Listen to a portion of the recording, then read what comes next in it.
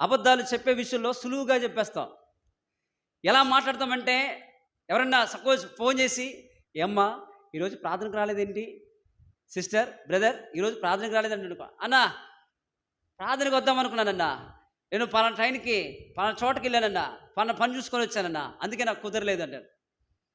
ఒకరోజు ఇలాగనే మేము గుడివాడలో సేవ చేస్తా ఉన్నప్పుడు ఒక చోట ఒక సహోదరుడికి నేను ఫోన్ చేశా. ఫోన్ చేయగానే ఆ సహోదరుడు ఫోన్ ఎత్తాడు. ఎత్తే ముందు ఆ సిస్టరు ఏం చేస్తా ఉన్నాడంటే ఈయన చెప్తా ఉన్నాడు.